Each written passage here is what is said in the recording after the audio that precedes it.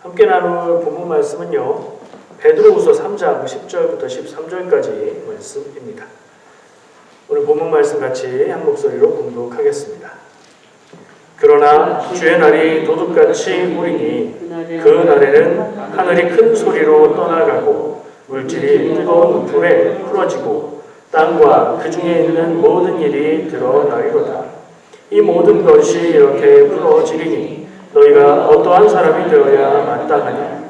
거룩한 행실과 경건함으로 하나님의 날이 임하기를 바라보고 간절히 사모하라. 그날에 하늘이 불에 타서 풀어지고 물질이 뜨거운 불에 녹아지려니와 우리는 그의 약속대로 의가 있는 곳인 새 하늘과 새 땅을 바라보도다. 아멘.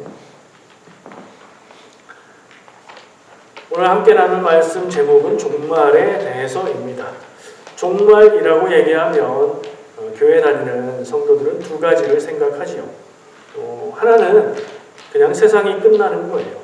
세상이 끝나거나 사람이 끝나거나, 그러니까 세상이 멸망하는 종말을 생각할 수 있죠. 이건 교회 다니지 않는 사람들이 보통 얘기하는 종말입니다. 우리는 한 가지가 더 있죠. 언제가 됐든지 예수님이 다시 오시는 날, 그때가 끝이다. 우리 살아온 인생은 그때 주님 앞에서 심판받게 될 것이고, 우리가 믿는 바로는 우리가 믿고 구원받았으니 하나님 나라에 거하게 될 것이다.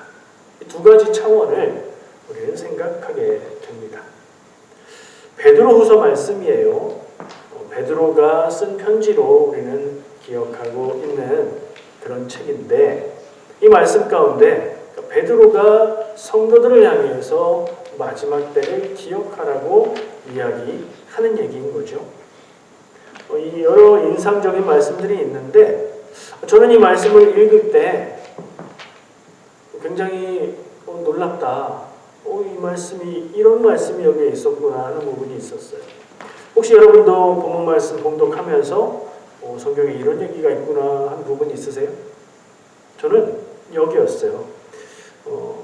10절에 물질이 뜨거운 불에 풀어지고, 그리고 13절에 그날이 하늘이 불에 타서 풀어지고 물질이 뜨거운 불에 녹아지는, 여기서 그 날이라고 말하는 날은 언제일까요? 어쨌든 마지막 날, 마지막 때를 얘기하는 것 같은데요. 저는 이 말씀을 읽고 한참을 생각을 했습니다. 왜냐하면 마침 이 말씀이 제 눈에 띄었던 적이, 물론 예전에도 읽었겠죠. 근데 어느 날 성경에 이런 말씀이 있었네, 봐도 몰랐네 하면서 새롭게 다가오는 그런 때가 있거든요. 왜 그랬냐면 제가 현실적으로 가능한 인류의 멸망, 그리고 지구의 종말, 우리가 얘기하는 예수님 다시 오시는 마지막 때 말고 현실적으로 일어날 수 있는 인류가 끝나든가 지구가 끝나든가 하는 그런 얘기들을 들었을 때 얼마 지나지 않아서 이 말씀을 읽었거든요. 읽다 보니까 마지막 때는 어떻게 된다고 그래요? 불에 모든 것이 녹아 없어진다. 이렇게 얘기하니까 그 생각이 났던 거예요. 왜냐하면 그 일어날 수 있는 가능성이 있는 종말 중에 하나로, 이건 근데 거의 반드시 일어나는 일이에요. 태양이 별이잖아요. 별은 진화 과정을 거치는데 별이 생겨나서 핵융합 반응을 일으키는 거예요. 그 태양에서 열이 나오고 빛이 나오는 이유는 핵융합을 계속하고 있는 거예요. 근데 그게 다 타면, 수소가 다 타면 헬륨이 좀 더 타다가 수명이 다 하거든요. 별은 그래요. 아주 큰 별은 빨리 타서 일찍 끝나고요. 좀 작은 별은 그 시간이 좀 길어요. 태양이 마지막이 돼서 어떤 과정을 거칠 거로 예상하냐면 적색 거성이 될 거로 예상해요. 초신성 폭발을 하기도 하거든요. 별들이. 그거 굉장히 밝아요. 그 지구에서 낮에도 하늘의 별이 밝게 보일 정도로 빛나는 게 초신성 폭발이에요. 근데 태양은 그 정도 질량은 안 돼서 적색 거성이라고 확 커지면서 색깔이 붉게 변하는 그런 상태로 갈 거다, 이렇게 예상을 해요.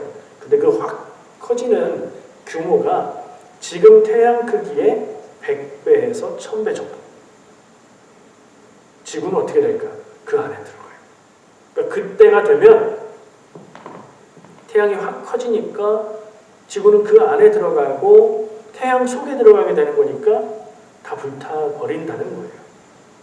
실제로 그럴 거라고 예상을 해요. 다행인 것은 이게 54억 년 후의 일이라는 거죠. 태양의 수명이 54억 년이 아직도 남았대요. 그래서 제가 이 말씀이 그거하고 연결돼가지고 이거 진짜 베드로 이분이 그 모습을 본 건가 막 이런 생각도 하고 진짜 지구의 마지막은 그런 모습일까? 이런 생각도 했다는 거죠.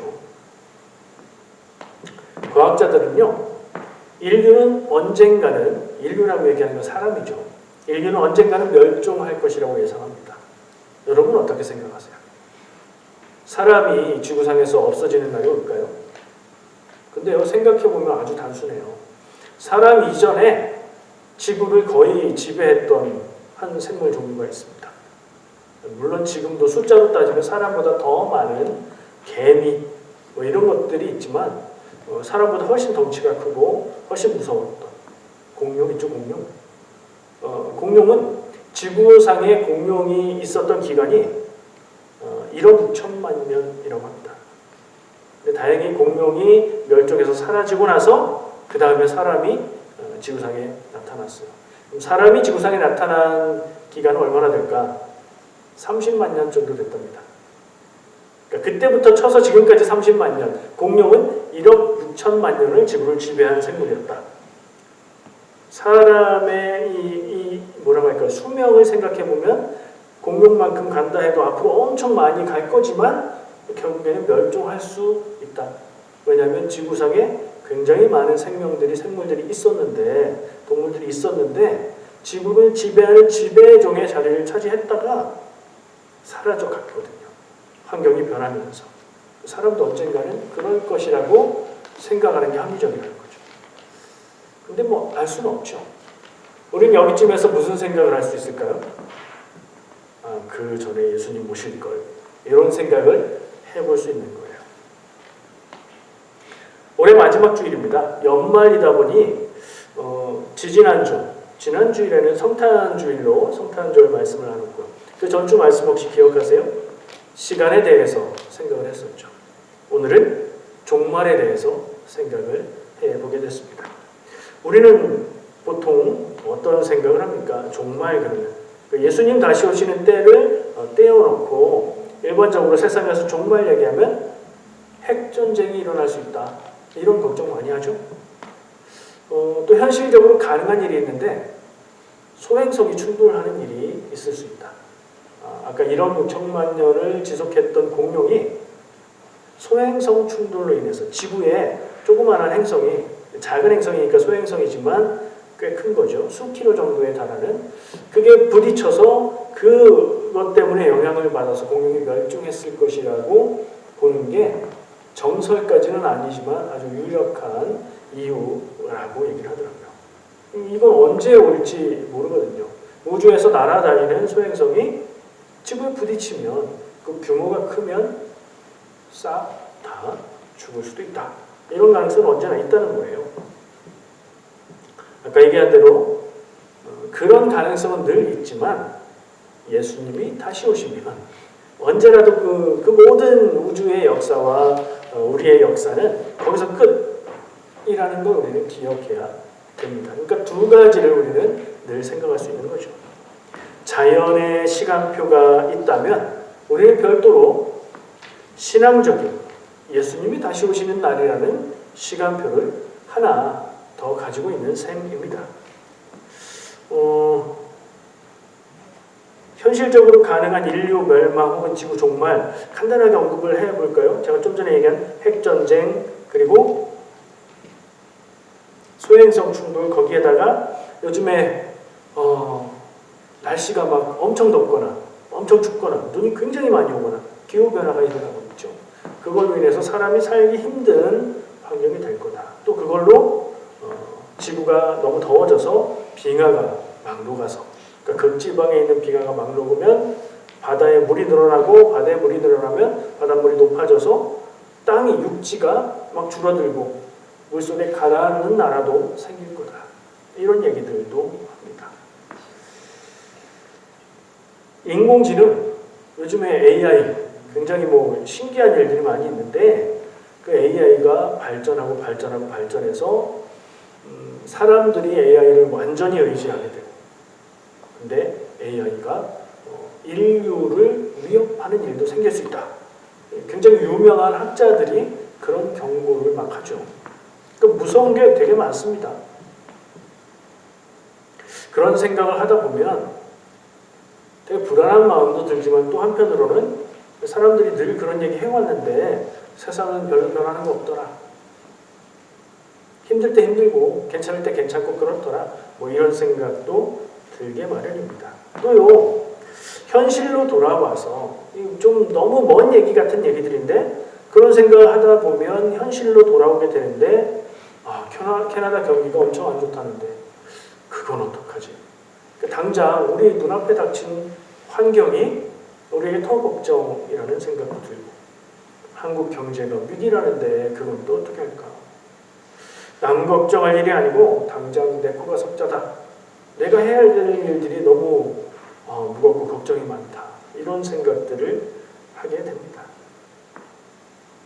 자, 오늘 본문 말씀을 좀 집중해서 잠깐 보도록 하겠습니다.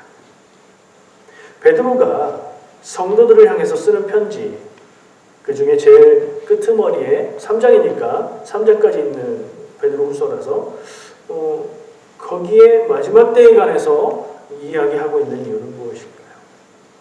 그리고 그 얘기를 하면서 무슨 말을 했죠? 어떻게 살아야 될지, 어떤 사람이 될지 생각하라 라고 이야기를 하고 있습니다. 마지막 날을 생각하며 지금 내가 사는 모습을 바라보라는 얘기죠. 베드로가 남긴 이 본문의 말씀은 예수님이 다시 오시고 인간의 역사가 끝나게 될, 그러니까 자연의 종말이 아니라 그것과 관계없이 언제든지 오시고 역사를 끝내실 그 날에 대한 말씀입니다. 근데요, 그 다음 부분이 조금 어렵습니다. 그러니까 이 말씀이 어떤 말씀인지 생각할 때 성경에 마지막 날 때가 되면 우리가 다 하늘로 올라간다, 죽었던 사람들이 부활한다, 심판을 받게 된다, 이런 말씀들은 성경에 예수님 말씀에도 있고 바울의 말씀에도 있고 많이 있는데, 베드로가 말한 것처럼 그때에 세상이 다 불에 타서 물질이 풀어지고 녹아진다, 이런 표현은 성경에 드물거든요. 그때에 일어날 자연현상에 대해서 마치 자연계의 종말을 이야기하고 있는 것 같은 그런 모습으로 표현하고 있는 경우는 저 성경을 좀 훑어봤는데 어떤 경우에는 요한계시록에 비슷한 표현들이 있기는 하지만 그것과는 또 분위기가 다른 것으로 말씀을 쓰고 있어요. 마지막 때에 우리가 기다리고 있으니까 마지막 때에 세상이 다 그렇게 될까 하는 의문이 생겼습니다. 그래서 뭐가 문제냐? 이 베드로 후서에 베드로가 적어놓은 마지막 때의 세상에 일어날 일들, 그러니까 모든 것이 불에 타서 녹아지고 풀어질 것이다 라는 표현을 말 그대로, 문자 그대로 우리가 이해할 것이냐, 아니면 이 말을 상징적인 어떤 의미를 담은 상징으로 이해할 것이냐, 여기에서 조금 고민을 하게 됩니다. 여러분들 성경 말씀을 볼 때에 우리가 입장을 가지고 있어야 됩니다. 성경 말씀을 볼 때에 성경에 기록된 말 그대로, 문자 그대로 나는 그 의미 그대로 받아들이고 믿는다. 괜찮습니다. 그리고 그렇지 않고 그건 아닌 것 같아. 성경 말씀에 써 있는데 그거 우리가 글로 표현된 거니까 이해해보고 상징적인 것이라면 상징적으로 이해해야 되고 비유라면 비유로 이해해야 되지. 이런 입장으로 성경을 읽는 것도 괜찮습니다. 근데 안 되는 게 뭐냐면 내 마음대로, 어떤 때는 써있는 그대로 믿어야지, 어떤 때는 이건 상징이야, 왔다 갔다 하면 그건 좀 곤란합니다. 그러니까 성경을 보고 말씀을 받아들이는데 나의 신앙적인 입장이 있어야 된다는 거예요. 근데 제가 보고 성경 말씀을 받아들이는 입장을 아마 여러분들 아실 거라고 생각합니다. 그리고 저는 문자주의로 성경 말씀 말 그대로 받아들이고 믿어야 한다라고 하는 그 믿음을 귀하게 생각합니다. 제가 그렇게 받아들이지 않을 뿐이죠. 신앙이 이렇게 달라도 되느냐? 네, 그 정도는 달라도 돼요. 그거 그렇게 핵심적인 거 아닙니다. 예수님 믿고 예수님의 복음대로 살고 하나님 뜻대로 사는 데 있어서 그 정도 다르다고 해서 큰 문제 없습니다. 그 정도 다른 것을 우리가 인정할 수 있어요. 근데 내 편한 대로 내 마음대로 왔다 갔다 하는 건 좀 그렇다는 생각이 들어요. 자, 이 말씀을 어떻게 봐야 될까요? 마지막 때에 모든 세상의 모든 물질들이 다 불에 타 없어지고 풀어질 것이다. 두 가지로 다 볼 수 있어요. 문자 그대로 본다. 그냥 그대로 읽고 그대로 믿으면 돼요. 단순하기 때문에 이것은 복잡한 이해가 없습니다. 근데 이걸 상징으로 읽으려면 뭘 상징하는 건데 이걸 근거 있게 찾아야 되죠. 근거가 없으면 상징이라고 말할 수가 없기 때문이에요. 저는 여러분들 짐작하시는 대로 이 말씀을 상징으로 봅니다. 그러니까 마지막 때가 온다. 예수님의 마지막 때에 우리의 역사는 끝난다. 이 부분은 당연한 것인데 그때의 자연계에 일어날 일들에 대한 베드로의 설명들에 대해서는 좀 상징적인 면이 강하다고 봅니다. 근거를 말씀드려 볼게요. 첫 번째는요. 예수님도 바울도 그런 얘기를 안 했다. 성경에서 마지막 때에 관해서 가장 권위 있게 말씀하실 수 있는 분은 예수님이죠. 예수님은 마지막 때에 대한 말씀을 많이 주셨어요. 마지막 날이 올 때 어떤 일이 있습니까? 그날의 징조는 이렇고 저렇고 이렇다. 그날에 그리스도가 여기 있다 그래도 흔들리지 마라. 믿음 잘 지키고 있어라. 이런 말씀들을 많이 주셨는데 자연이 어떻게 될 거다라는 얘기는 안 하셨어요. 바울도 마지막 때에 부활이 있을 거고 몸에 부활이 있고 이런 얘기를 많이 남겼는데 자연이 어떻게 될 거다라는 얘기는 안 했어요. 베드로가 이 말을 남기고 있는데 그래서 예수님도 바울도 언급하지 않은 면이기 때문에 이 부분은 일단 말씀 문자 그대로 이해하는 건 좀 무리가 있겠다 하는 생각을 하게 되는 겁니다. 두 번째는요. 옛날까지 더 옛날부터 이 베드로후서가 쓰여진 신약시대 그 옛날까지 고대부터 고시대까지 불이라는 것은 고대인들의 생각에는 심판과 정화, 그러니까 불로 심판받는다. 그리고 불로 태워져서 깨끗해진다. 이런 상징의 관념이 있었다는 것을 우리는 생각해야 됩니다. 물도 마찬가지예요. 고대 사람들이 물에 대해서 어떤 느낌을 가졌을까요? 물은 생명이라는 생각이 있고요. 거기에다가 또 반대로 물은 죽음을 상징하는 것도 있었어요. 홍수가 나면 다 죽죠. 노아 때 홍수에도 그런 이미지가 들어있죠. 근데 물로는 더러운 것을 씻어내죠. 그러니까 물에도 그런 상징이 있고 불도 그것 비슷하게 더럽고 지저분한 것들을 다 태워버리는 심판의 의미와 태워서 깨끗하게 만드는 정화의 의미가 있다. 옛날부터 상징으로 쓰였다는 것을 생각할 수 있어요. 그래서 그런 상징을 집어넣어서 이 말씀을 이해하면 세상의 모든 물질들이 불에 타서 풀어지고 없어진다, 녹아진다 이 표현은 그 단어의 원어들을 살펴보고 이런 상징적인 의미를 생각해 볼 때 지금까지 있는 세상이 끝나고 그러니까 심판, 정화, 새롭게 새로운 질서로 새로운 세상으로 바뀐다는 의미로 적용해 볼 수 있어요. 그리고 세 번째 근거는 그렇게 이해할 때 딱 들어맞는 단어가 본문 말씀에 나오는데 새 하늘과 새 땅이라는 표현이 있어요. 13절의 마지막 부분에 새 하늘과 새 땅을 바라본다고 표현을 하고 있죠. 새 하늘과 새 땅은 성경의 다른 곳에도 여러 번 등장하는 표현입니다. 새 하늘과 새 땅을 말하려면 뭐가 전제되어 있어야 할까요? 헌 하늘과 헌 땅이 있는 거예요. 그럼 그건 뭐예요? 지금 우리가 살고 있는 세상이 옛 하늘과 옛 땅. 지금 살고 있는 세상과 다른 질서, 다른 창조 질서 위에서 살아가고 움직이게 될 그곳이 바로 새 하늘과 새 땅인 겁니다. 그것은 곧 하나님 나라이고요. 우리가 바라는 천국의 다른 이름이기도 한 겁니다.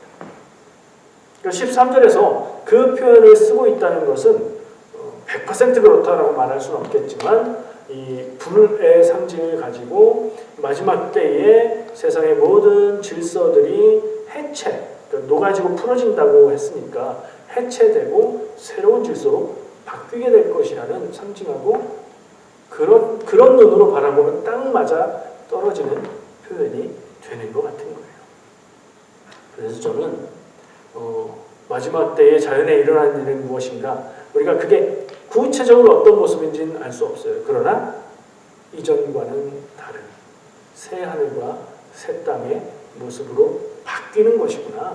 그것을 말씀에 이렇게 표현한 것이구나 라고 저는 읽고 이해를 하게 되었습니다. 사실은요,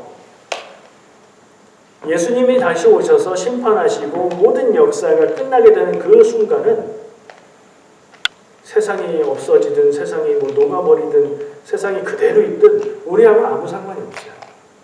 그렇지 않아요? 우리는 그때까지 만약에 우리의 생명이 살아있는 날 그날이 온다면 그때까지 하나님 뜻 안에서 살려고 애쓰면서 살다가 그때 주님의 심판 앞에 서고 그 이후에는 천국에서 하나님과 영원히 누리면 되는 건데 세상은 어떻게 되든지 관계가 없잖아요. 우리가 그 변화된 세상에 다시 살게 될 것인지 아니면 또 다른 어떤 차원이 될지 그건 전혀 모르지만 자연이 어떻게 된다 그거는 이렇게 되나 저렇게 되나 관계가 없어요. 그래서 이건 그렇게까지 얘기하다 보면 별로 크게 중요한 게 아니네 하는 생각을 할 수도 있지만 베드로가 이 말씀을 하면서 바라보고 있는 것이 무엇인가 그리고 이 말씀을 줄 때 그 끝만 이야기하고 있는 것인가 아니고 이것들을 기억할 때 우리는 지금 어떻게 살아야 되느냐를 말하고 있다는 점이 중요한 점입니다. 그리고 또 한 가지 이 말씀을 그런 상징적인 의미로 해석해 볼 때 다시 한번 중요하게 보이는 단어가 있어요. 새 하늘과 새 땅이라는 표현이 성경에서 여기저기 나오는 말이고 또 이 본문 말씀이 쭉 이어질 때 자연스럽게 들어가 있어서 주목하지 못할 수 있는데 이런 의미를 생각하면 새 하늘과 새 땅은 참 중요하겠구나. 우리가 거하게 될 새로운 차원을 말하는 거구나. 그렇다면 우리가 예수님 오시는 마지막 때에 모든 것이 끝나고 종말이고 그 위에는 아무것도 없는 게 아니구나. 그러니까 무의식적으로 우리는 종말 마지막 때 그러면 그냥 다 끝? 물론 그 다음에 천국을 생각하지만 그 뒤는 잘 생각하지 않는 경향이 있는데 이 말씀을 보면 새 하늘과 새 땅이 있다. 그 뒤에 연속적으로 이어지는 존재의 연속 그것이 있다는 것을 우리에게 알려주고 있는 겁니다. 그러니까 우리는 이 땅에서 살아가는데 이 땅에서 사는 삶이 나의 모든 것? 아니다. 심판의 때가 마지막 때가 예수님 다시 오실 때가 분명히 있다. 그리고 그 다음 우리는 또 다른 차원의 존재의 연속을 이어가게 될 것이다. 이걸 기억하게 된다는 거죠. 연말에 이런 생각을 하다 보니까요. 또 떠오르는 생각이 있었습니다. 여러분들 집에 벽시계 어떤 거 쓰세요? 벽시계 초침 소리가 너무 시끄러워서 잠을 못 자는 분들 계십니까? 그럴 때 어떻게 해야 되죠? 시계 배터리를 빼요? 시계를 바꾸시면 되죠. 무소음 시계에 있는 거 아시죠? 그러니까 어떻게 다르죠? 일반적인 벽시계는 초침이 찰칵 이렇게 단절적으로 끊어지게 가죠. 1초씩. 근데 시간이 그렇게 흐르나요? 시간이 실제로 가다가 멈췄다 그렇게 흘러요? 아니죠. 그 사람이 부여한 의미예요. 초만 그런가요? 시간 단위가 다 그래요. 1시간. 시간이 1시간 단위로 흐르나요? 아니죠. 한 주, 한 달, 1년 주기로 흐르나요? 아니에요. 시간은 그냥 흘러요. 어떻게 흘러요? 무소음 시계 마냥 흘러요. 무소음 시계는 어떻게 초침이 가요? 그냥 쭉 가는 시계 있어요. 아시죠? 그래서 소리가 안 나요. 덜컥덜컥 하는 게 아니라 쭉 가기 때문에. 실제로 시간은 그렇게 흐릅니다.